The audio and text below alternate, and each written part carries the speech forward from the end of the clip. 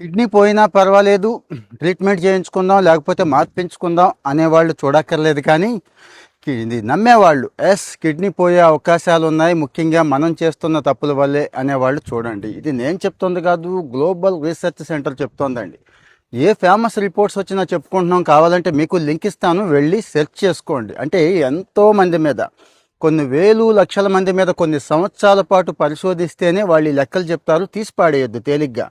Negative comments కూడా దయచేసి మీ ఇష్టం. అది విషయానికి వచ్చేస్తున్నానండి. ఏటా క్యాన్సర్కి బలైపోతున్న వాళ్ళు, కిడ్నీ క్యాన్సర్లు ఎస్పెషల్లీ 4-5 లక్షల మంది క్యాన్సర్ వస్తుంటే సగానికి సగం మంది చనిపోతున్నారంటే, అరే బతుకుతున్నారు కదా, రేడియోథెరపీ దగ్గర నుంచి ఇవన్నీ మంచి ట్రీట్మెంట్లు వచ్చినాయి కదా అంటారేమో. బతుకుతున్నారు. ఎంతమందో తెలుసా? సగం మందే అందులో. అంటే ట్రీట్మెంట్కి వెళ్ళిన వాళ్ళలో సగం మంది, అది కూడా ఒక 5-6 సంవత్సరాలు మాత్రమే బతుకుతున్నారు. అంటే కిడ్నీ క్యాన్సర్ అంత దారుణంగా ఉంది.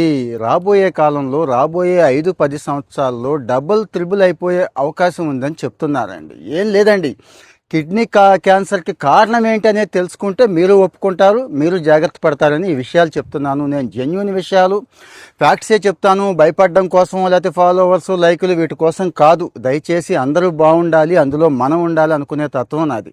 అందుకే చెప్తున్నానండి. విషయానికి వచ్చేస్తున్న ఊబకాయం, ఉండాల్సిన దానికంటే ఎక్కువ బరువు కిడ్నీ క్యాన్సర్ కారణమవుతోంది. మధుమేహం, డయాబెటీస్ వచ్చేస్తే కిడ్నీ క్యాన్సర్ వచ్చే అవకాశాలు ఎక్కువ ఉంది. డయాబెటీస్ పెరిగిపోతే వచ్చే అవకాశం ఉంది. రక్తపోటు సేమ్, రాకుండా చూసుకోండి. వచ్చిందనుకోండి దాన్ని కంట్రోల్లో ఉంచుకోండి. వీటన్నిటికంటే ప్రధానమైనది చెప్తున్నాను, జాగ్రత్తగా వినండి. వర్కౌట్ లేకపోవడం అండి. వారానికి కనీసం 4-5 గంటలు, వారానికి 4-5 అంటే రోజుకి అరగంట గంట కూడా కాస్త బ్రిస్క్ వాకింగో, ఇంకోటో ఏదైతే అదండి.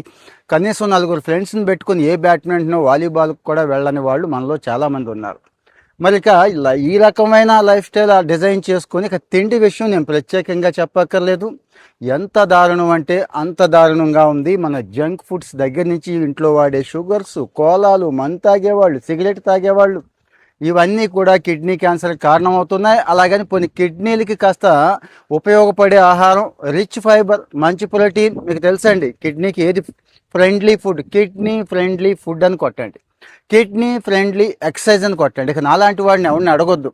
గూగుల్, ఏఐ అన్నీ చెప్తాయి కదండి. అందులో మీకు ఏది సూటబుల్ అయితే అది కాస్త సెలెక్ట్ చేసుకోండి దయచేసి. ఎందుకంటే మనం అనుకుంటాం జెనెటికల్గా వచ్చేస్తోంది, వారసత్వంగాని వస్తుంది. అది 5-6%. మిగిలిన 94-95% మరి ఈ కారణాలే అని రీసెర్చ్ చెప్తోంది.